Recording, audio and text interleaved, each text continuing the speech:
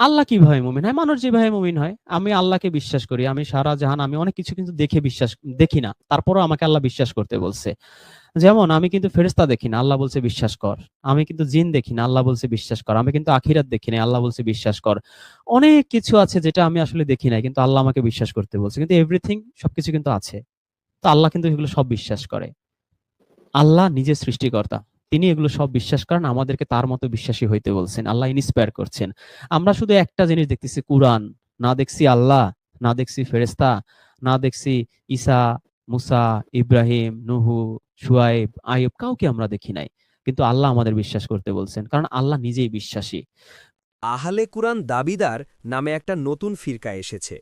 তাদেরকে অনেকে অনলি কুরআন নামেও চেনে। তারা কুরআন বাদে দুনিয়ার কিছুই বিশ্বাস করে না দাবি করে। তাই নিজেদের মতন কুরআন ব্যাখ্যার পাশাপাশি এখন কুরআনের প্রতিটি শব্দের অপব্যাখ্যা শুরু করেছে। এছাড়া আরবি শব্দের ব্যবহার প্রণালী ও অনারব ভাষার ব্যাকরণ না জেনে মন মতন কুরআনের অনুবাদ করতে শুরু করেছে। এমনকি আল্লাহর সাথে সংশ্লিষ্ট আয়াতগুলোরও ব্যাখ্যা শুরু করেছে। যেমন এই ভিডিওতে শুরুতে লক্ষ্য করেছেন যে আল্লাহকে মানুষের মতন বিশ্বাসী বানিয়ে দিয়েছে। এরাই আবার শির্ক আর কুফুরি শিখাতে চায় মানুষকে। এভাবে চলতে থাকলে ভবিষ্যতে বেশিরভাগ মানুষ বিপদগামী হয়ে যাবে। আর এই বিপদকে কুরআনের ভাষায় ফিতনা অর্থাৎ বিশৃঙ্খলা নামকরণ করা হয়েছে। ফিতনাকে হত্যার থেকে মারাত্মক বলা হয়েছে কুরআনে। যারা এদের সংস্পর্শে যাবেন তারা অবশ্যই হিসেব করে তাদের সংস্পর্শে যাবেন। তা না হলে আপনার আখিরাত নরক হয়ে যেতে পারে। আর দুনিয়াতেও লাঞ্ছনা অপেক্ষা করছে। যে সৃষ্টি করে তার কোনো স্রষ্টা হয় না। তাই স্রষ্টার কোনো কিছুই বিশ্বাস করতে হয় না, যেমন মানুষের বিশ্বাস করতে হয়। কারণ মানুষ স্রষ্টা না। ঈমান, মুমিন, আমানত ও আমিনের সংজ্ঞা। যে ঈমান আনে সে মুমিন, অর্থাৎ যে বিশ্বাস করে সে বিশ্বাসী। যিনি আমানত রক্ষা করেন তিনি আমিন, অর্থাৎ কারো কাছে কোনো কিছু গচ্ছিত রাখলে তা নিরাপদ থাকে, তিনি বিশ্বস্ত।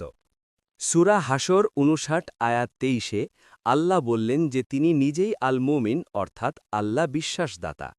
আবার সূরা আল ইসরা ১৭ আয়াত ১৯-এ আল্লাহ বললেন আমরা যেন মুমিন থাকি অর্থাৎ আমরা যেন বিশ্বাসী থাকি। এছাড়া সূরা আল বাকারা ২ আয়াত ১৩৮-এর মাধ্যমে আল্লাহ তার গুণাবলীর একটি ছায়া বা প্রতিচ্ছবি আমাদের চরিত্রে দেখতে চান। সেখানে উল্লেখ আছে আমরা যেন আল্লাহর রঙে রঞ্জিত হই, অর্থাৎ আল্লাহ আমাদের মধ্যে তার গুণাবলী দেখতে চান। একজন ব্যক্তি সততা ও আমানতদারিতার সাথে নিজের কথা ও কাজের মিল রাখার মাধ্যমেই মানুষের কাছে বিশ্বাসযোগ্য হতে পারেন। ১. আল্লাহর ক্ষেত্রে আল মুমিন সূরা হাশর ৫৯ আয়াত ২৩-এ বিশ্বাসদাতা। ২.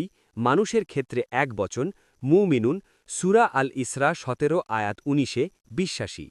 আবার বহু বচন আল মুমিনুনা সূরা আল বাকারা ২ আয়াত ২৮৫-তে বিশ্বাসীরা।